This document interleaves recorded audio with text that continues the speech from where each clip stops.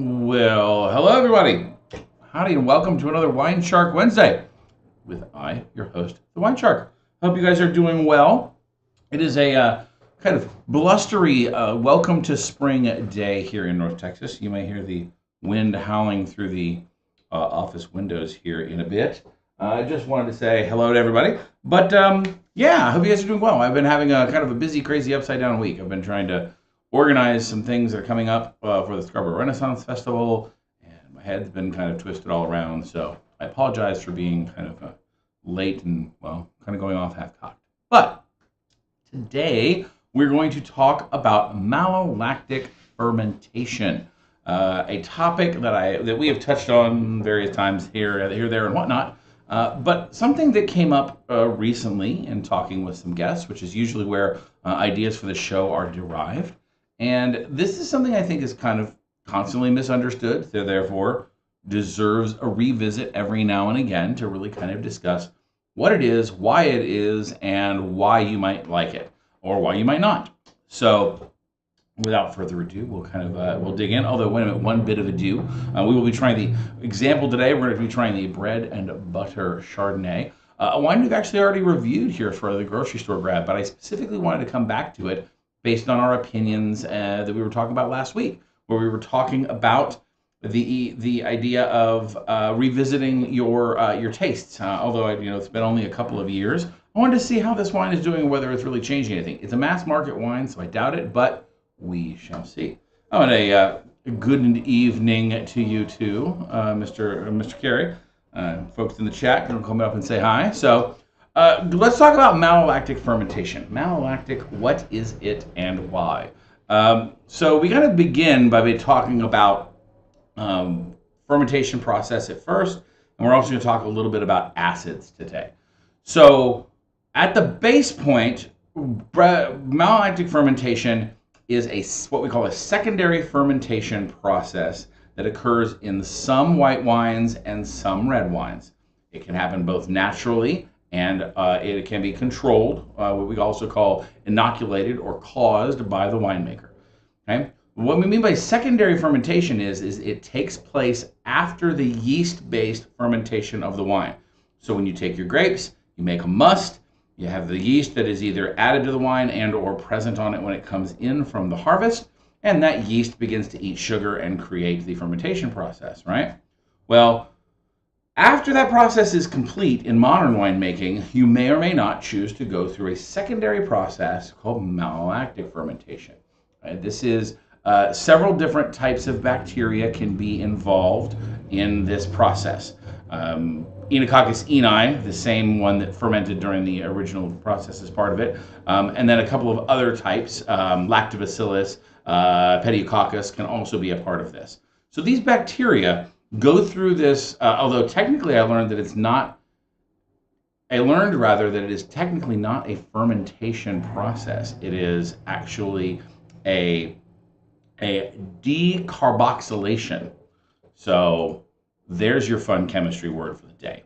But we call it MLF for short. And what happens is these bacteria are consuming malic acid. That's where the first part of their malolactic comes from. From malolactic comes from malic acid.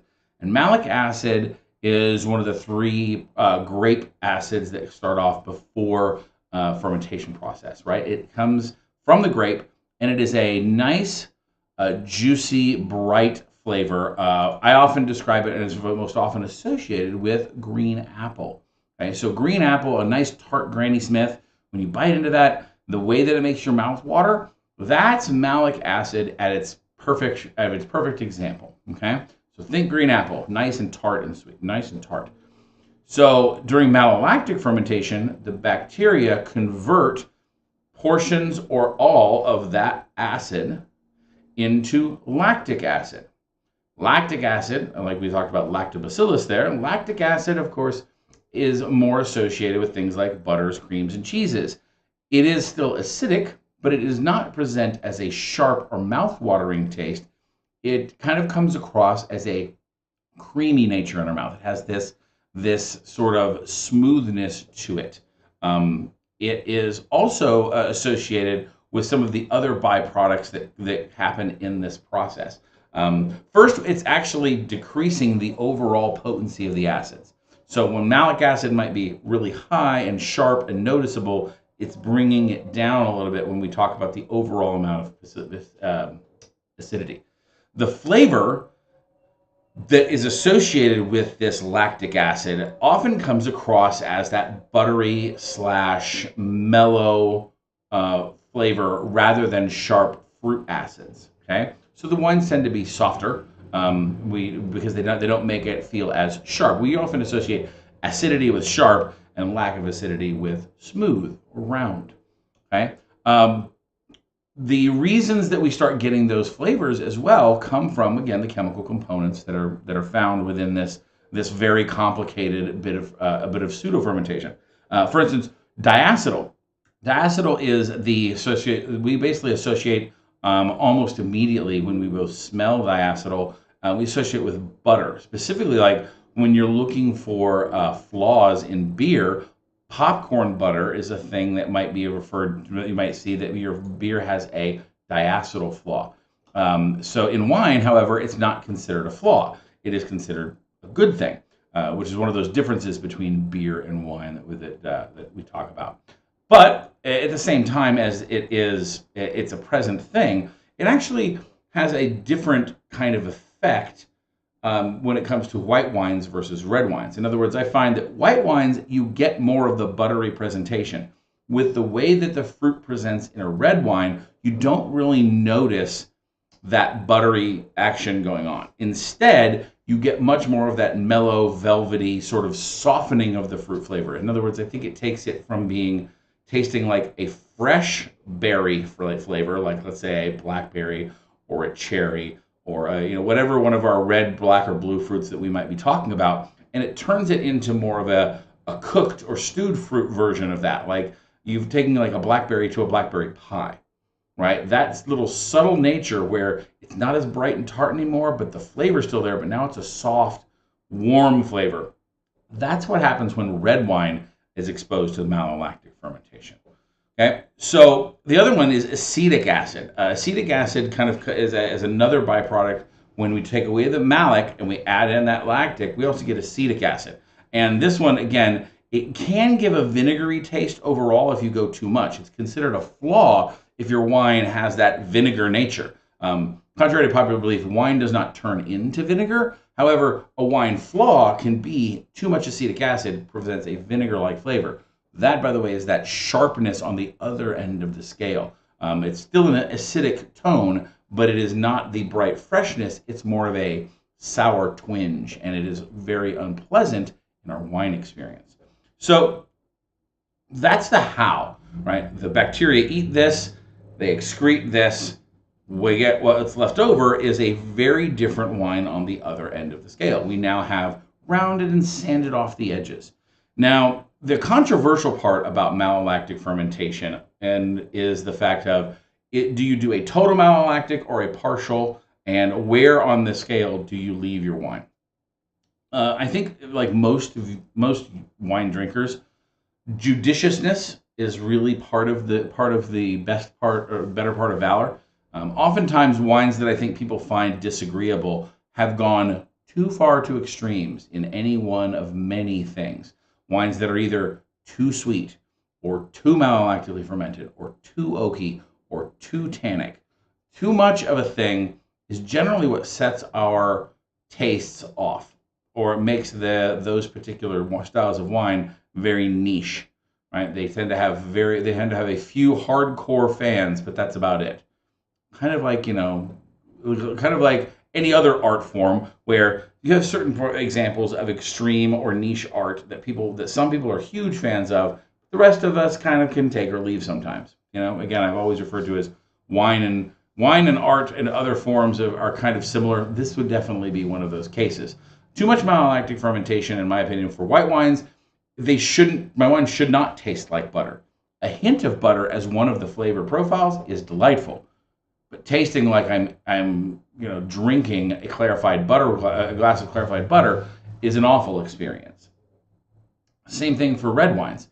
If you sand off all the edges and the thing becomes truly just perfectly round, what you end up with is a very dull, less vibrant wine. You don't have the solid brambly or bright cherry or whatever the fruit profile, whether you're talking about Pinot Noir or Cabernet Franc, doesn't really matter where on the scale you're going through. Malolactic fermentation can help sand the edges off, but you don't want to just make it, featureless. You don't want it to be flat. So too much of a thing is not necessarily a good thing. Now, we're going to talk about this in a little bit, but this is one of the iconic reasons that California Chardonnays have become such a divisive topic is because of malolactic fermentation. But malolactic fermentation done to the extreme. I want to emphasize the fact that it is really about too much, and every good thing in its own way. Now, just as a side note, we talk about this being something that winemakers generally do on purpose. Modern winemaking techniques, if you're doing a modern technique rather than opposed to just an all-natural, kind of hey, let it go kind of way, you're going to choose when and where and how much your malolactic fermentation is going to take place. So the winemaker is very much in control of this as a stylistic choice. Malolactic fermentation can happen spontaneously, but winemakers in the modern world have a good read on how to prevent that. Also, several winemakers that I've spoken to don't even have to worry about it much because of the pH of both their soils and the fruit that they get tend to be outside the range that malolactic fermentation likes to spontaneously kick off. So that can basically, they're self-protecting. Chateau Montelena, Beau Barrett, spoke about this very specifically, how his Chardonnays don't have that style of California Chardonnays. They're much more Chablis styled because their soils have the right pH up at the northern end of the valley that he doesn't have to worry about the things that other wine makers have learned to lean into rather than fight it. So by taking advantage of the fact that they're going to get malolactic anyway, a lot of California producers kind of went off the deep end. And we're looking at you, Kendall Jackson. So, that's a very low pH. That was the key, by the way. Not very high pH. Making very sure I'm actually reading my notes. Anyway, so let's talk about the wines. Listen, we're going to talk about the grocery store grab in just a minute, but we're going to stop and do our wine quiz for the day. If you guys have questions about malolactic fermentation, throw them down there in the chat, of course. Those of you that happen to be watching live. But let's get to our wine quiz today from our Wine Wars board game. We're going to do the categories again. And this time we're actually going to read the questions first. So the categories, in order, we'll do our Vine to Vino, which is about growing grapes, making wine, and worldwide wine production. Then there's the Grape-osphere. That is grape varieties, their wines, and their geography. Next up is Wine Cellar, which is selecting, storing, and tasting wine. Then we've got Wine and Food, which of course means wine with food. That's pretty self-explanatory. Also covers wine service, by the way. And then Cork Culture, cleverly named, about wine people, business, arts, sciences, and other trivia. Okay, so those are our categories. Here are our questions for today. Probably let me wet my whistle. All right, true or false? The world's major wine-producing regions lie between the latitudes 30 and 50 north and south of the equator. 30 degrees and 50 degrees. I believe that is true. Answer is yes. I happen to know there's some fun fact. The 45th parallel, both north and south, there is a great little winery in Oregon who produces Pinot Noir and has a sister winery at the same parallel for the 45th parallel in New Zealand that also produces Pinot Noir, and they are sister wineries. So kind of a cool example of how our world, it is actually round, no matter what some people think. All right. Which grape makes wines known for piercing, grassy green fruit aromas and refreshing acidity and flavor? Is it Chardonnay or Sauvignon Blanc? Wow, that's a kind of a gimme. I mean, for any of my real wine fans here, this should be a no-brainer. The answer there is definitely Sauvignon Blanc. Especially grassy green fruit aromas. Those are really iconic of Sauvignon Blancs from Bordeaux from Grave. They have that nice old green grass, fresh cut kind of thing. Whereas New Zealand, they're all about big, bright tropical fruits and grapefruits. All right, that's 2 of 2. Doing good today. What tasting term is the opposite of firm and describes a wine too low in acid? Now, one would think naturally the word is soft, but actually the one I also hear often is flabby. So soft or flabby are going to be my 2 go-tos. Flabby, it was indeed. Look at me. See? Almost like I've been doing this for a while now. So yeah, flabby, when a wine has not enough acid, it doesn't have that definition it needs. Even the biggest red wines need a hint of that acid to help make your mouth water and help balance things out. You don't want to get rid of all of your acid or your wine just doesn't do the thing. All right, next up, what is the purpose of wine glasses that are twice the size of a serving? Is it to prevent spills while swirling, to create ambiance, or to provide greater capacity for heavy drinkers? My answer is actually none of the above, but the answer they're looking for in that trio has got to be to prevent spills from swirling. Ambiance and heavy drinkers are wonderful, but they are not really a consideration for glass makers. Believe it or not, all this extra space, it's not just so that you can swirl your wine like this. This is cool and important, and I tell you in my shows why we do this. But this is up here. You notice even when I'm swirling, I only get that much. This is also about aroma capture. The shape and size of a wine glass is mostly about aroma capture. All right, yeah, they say to prevent spills while swirling, and then parenthetical, and capture aromas. By the way, I think that's the reverse is more important. You want to know the aromas are the first and primary reason. Swirling is secondhand. All right, so we're 4 for 5, and a correction. Last but last, what classic 1942 film contained the famous champagne toast? Here's looking at you, kid. All right, that's Bogart. I know that much. I'm going to go ahead and say Casablanca. Ha! Look at me. It's almost like I had a little bit of movie knowledge that actually paid off like once. I mean, if you get a movie trivia question, you just answer Casablanca to every question, you're guaranteed to get like half of them right. It's like answering Wayne Gretzky in any given sports scenario. Ask my sister. Which, by the way, my t-shirt today is a wonderful gift from my friend David. He gave both my sister and myself these. My sister, for those of you that know her, is very tall and long-necked, hence the giraffe is her spirit animal. And, of course, I am the shark. And needless to say, this is a pirate giraffe riding a shark t-shirt. How amazing is that? I mean, A, whoever designed this shirt is rad, and B, David is a ridiculously cool human for finding it and then buying it for us. So, all right. So 5 out of 5 for the wine quiz today. Look at me. All right. John also got it. Casablanca was right. Although, by the way, Casablanca is all one word. I just realized that when I read it on the card. That's the name of the place.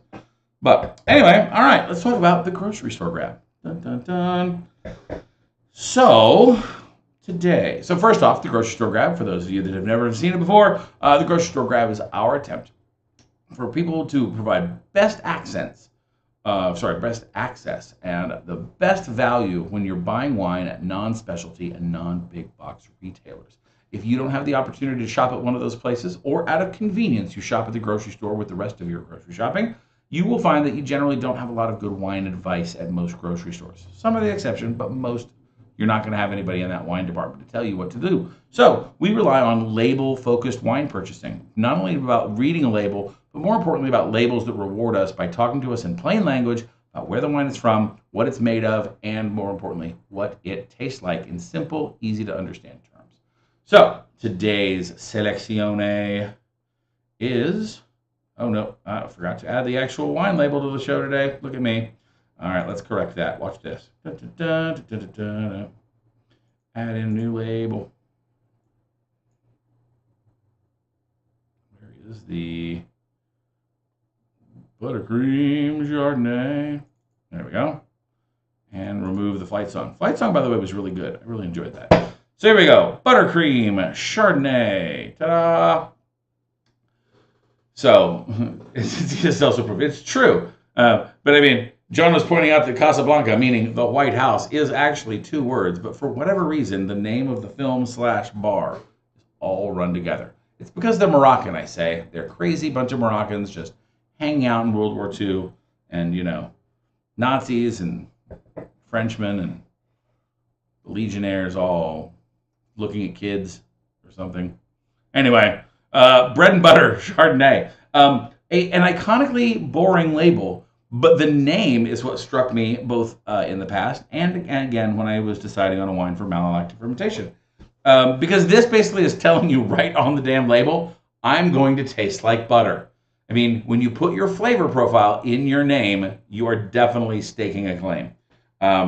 So, bread and butter Chardonnay. The example picture is 2018, but the one we have, of course, is 2020. It does list the alcohol by volume on the front, but it does not tell us anything else about the grapes, where they're from.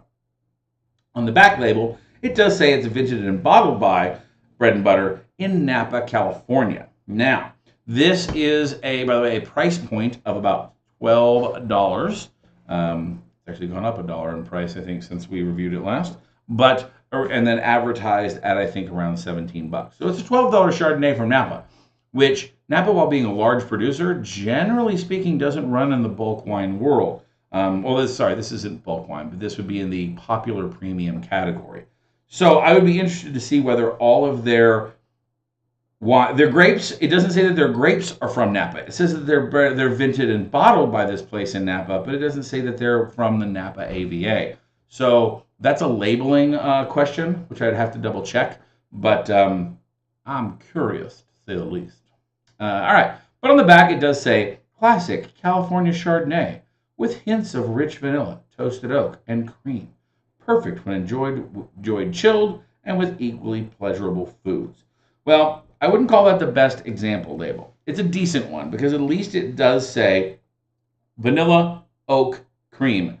Notice that they don't mention any fruit flavors involved in their wine. That is kind of a red flag for me, but if you're the type that likes this, I would call it I hate to say it's called classically California, but that California Chardonnay style that is all oak and butter, they have laid it out for you in those words. By the way, vanilla, of course, is a code word for oak.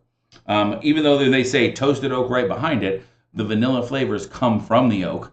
And then cream, which comes from malolactic fermentation. So they're not telling us a lot about their fruit or fruit flavors, which I think is a little bit sad, right? Not necessarily the best choice. But when I wanted to give you an example of what malolactic tastes like, probably when done to a little bit too much, this is the wine.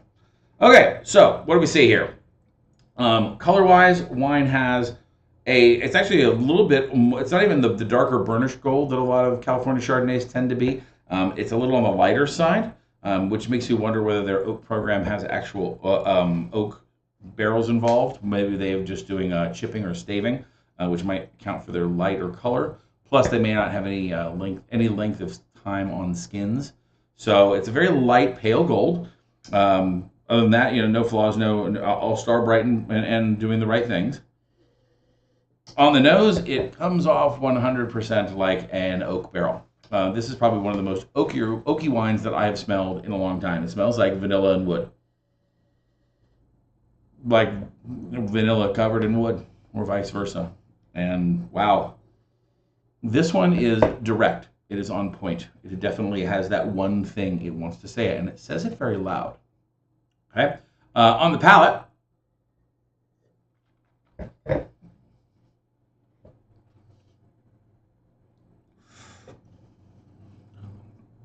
there's more oak, and there's the toasty part of it with the vanilla and the creamy part. All so far, their words are accurate. What I'm not finding is fruit. This wine is very processed. It has all the hallmarks of malolactically fermented to the fact that there is no malic left. They beat the brightness out of this and have a very subdued, mellow acid. And then they oak the shit out of it. No ifs, ands, or buts about it. And toasted 100%. So they're definitely I hesitate to say that they're using new oak because that implies that they're using actual barrels. I would, at this price point, it makes me wonder whether that's true. I would really like to see that. And if you're interested in this wine, if you like this flavor, please go out, go out and find out if you do care. On my end, this is the thing that makes people hate Chardonnay, because this is a very niche product. It is all butter, it is all wood, it is all vanilla, and that's it. It doesn't taste like wine to me. It tastes like a wine-like object. So this is definitely not my preferred style of Chardonnay. I prefer a little bit more restraint in my styles, but it definitely does what it says on the label. By the way, the reason that they add bread in there is, think about a toasty rising loaf of bread. That's where that bread of the bread and butter part comes from. And the oak is lending a tiny hint of that. But reality is, this one right here hasn't changed much. They are very much on style. They are niche profiling. This is wines for Karens by Karens, and there you go. It is definitely down that road. But if you want an example of what really malolactically fermented wine tastes like in the white wine world, you haven't experienced it and you're just going, gee, Glenn, I wonder what that really tastes like. All you have to do is spend $12 on a bottle of bread and butter, and you too shall find out what oak and butter taste like when combined. So, quote. And 13.5 alcohol by volume, so it's in the medium weight range. It's not overly done, but wow, it's definitely a pretty big boy in that class. So, and when they say equally pleasurable foods, I'm not sure what type of food I would even bother pairing with this, because I can generally already put butter in my food, and I certainly don't like the oak. Oak and vanilla tend to just drown out subtle flavors in food. So this is not a really food-friendly wine in any sense of the word. So we ask ourselves 3 questions: Is it well made? Is it on style? And is it worth the price point? So the answer to the A part is it on style? Well, it's on a style. That's true. This is one way of doing Chardonnay, and a lot of people like it. So I don't want to throw shade at that. It's not my style. It's not my favorite. It is a style, and boy, they're like a poorly made TV sitcom with a laugh track. They are absolutely following the fucking formula. So there you have it. Is it on? They said, is it? They said, oh, is it well made? Sorry, I forgot. Is it well made? Yeah, I mean, is it well made? Yes, because they made the style of wine they wanted to make. They chose to make this. This wine isn't flawed, right? It doesn't have that acetic acid problem, right? It doesn't have cork taint. It doesn't have any of those warning things that we look to make a broken wine. So it's not flawed. They're not making bad wine. They're just making a style that is not particularly favored by me. But, so, is it well made? Yes. Is it on style? That is a style. And then finally, is it worth the money? Well, at $11, you're not paying a lot for it. If this is what you like, this is a great example of your style at a good price point. The interesting thing about this style is, because it's so processed, it ought to be cheap. There's no nuance or art to this wine, to be honest with you. This is you follow the formula, you pump out the juice. I mean, I don't know that you could even bother even caring enough about about how the grapes were grown or anything else, because it doesn't show in the wine. No fruit comes through. No fruit has survived this process. So, yeah, take that for what it's worth. Anyway, Jonathan, I'm guessing you're not going to finish that. I will find a way to cook with this. It is not vile. It is not poorly made. I mean, like I said, I've been sitting here sipping on it. It's not my favorite, but what I will probably do is I will probably turn this into a high degree of chicken, the word I'm looking for? I wanted to say chicken picante, and that's not it, because that just means spicy. Hold one. Lemon and capers in Italian style. What's the damn word? You know, that one. I will make it into one of those. I'll think of the word here in a minute, but the Chardonnay's got my brain scrambled. So, anywho, all right, upcoming events, things that are going on in the WineShark world. From people on Patreon. I'm behind schedule, but have got work done, and we'll have the Vermentino deep dive episode coming up for you guys. I'm trying to make myself a promise by getting it done by Friday, because, well, I scrapped the whole thing after doing it the first time because I really didn't like the way it looked. Possibly overly self-critical, but still, it was trying to do better with what's going on the content for Patreon. But that, and we've also got what's the recipe that I'm working on? Going through a total mind blank right now. I apologize. Where is that? The next is the stuffed pork tenderloin. Right. I know, because I'm going to make it on Friday. Stuffed pork tenderloin with apple Riesling sauce is a fun little end of this winter transition to spring sort of dish. Bright, fun, and fruitful. If you guys are interested, you can join up on Patreon. Links are down below in the after the description, and you can join along and get deep dives into specific wines with much more detailed stuff than we see here on WineShark Wednesday. And you get to drink along during the show. And basically, we provide what wines you're going to be drinking, easy access, and you can really learn about them. Plus, you get wine and food pairing recipes, stuff that I have personally prepared in my professional shows, that I have lessons learned, and you get to enjoy those things in the comfort of your own home, whether you like to have me over to cook them for you or not. Although I do the dishes, so that's a really pretty cool reason why you should have me over. Piccata, thank you, John. Not picante, piccata. Appreciate that.